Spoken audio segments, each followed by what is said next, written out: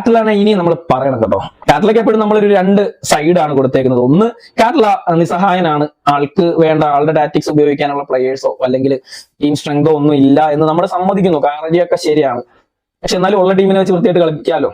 പറ്റുന്ന ജയിക്കേണ്ട, പക്ഷെ വൃത്തിയായിട്ട് കളിക്കാം. പക്ഷെ ഇന്നലെ വൃത്തിയായിട്ട് അത്യാവശ്യം കളി നടന്നു. പക്ഷെ അത് കാറ്റലയുടെ പ്ലാൻസിൽ ഉണ്ടായിരുന്ന സാധനങ്ങളൊന്നുമല്ല.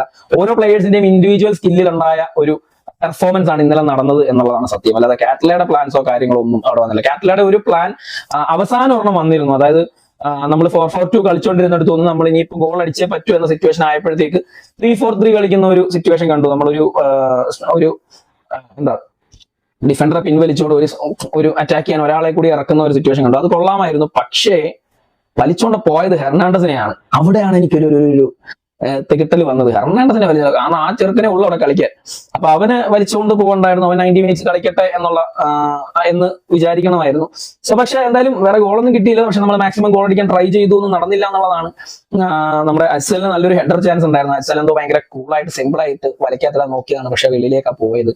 അസൽ അത് കുറച്ചുകൂടി ഒന്ന് ശ്രദ്ധിച്ചിരുന്നെങ്കിൽ ഒരു പക്ഷേ സ്കോർ ചെയ്യാമായിരുന്നു. നിഹാൽ ഒരു ക്രോസ് ബാർ അടിക്കുന്നുണ്ടായിരുന്നു. നിഹാലിന് അത് വന്ന വരക്കത്തിന് അടിക്കണ്ട, ഒന്ന് എടുത്തിട്ട് സെക്കൻഡ് ടച്ച് അടിക്കാം എന്നുള്ള സിറ്റുവേഷൻ വരെ അവിടെ ഉണ്ടായിരുന്നു. മാർലോൺ ഒരു 6 അടിച്ചായിരുന്നു.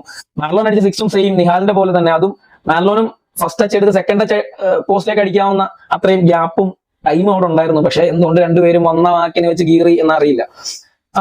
പക്ഷെ അത് നമ്മുടെ ഭയങ്കര ഏറ്റവും വലിയ ചാൻസുകളായിരുന്നു. അത് നമ്മൾ യൂസ് ചെയ്തില്ല എന്നുള്ളതാണ് സത്യം.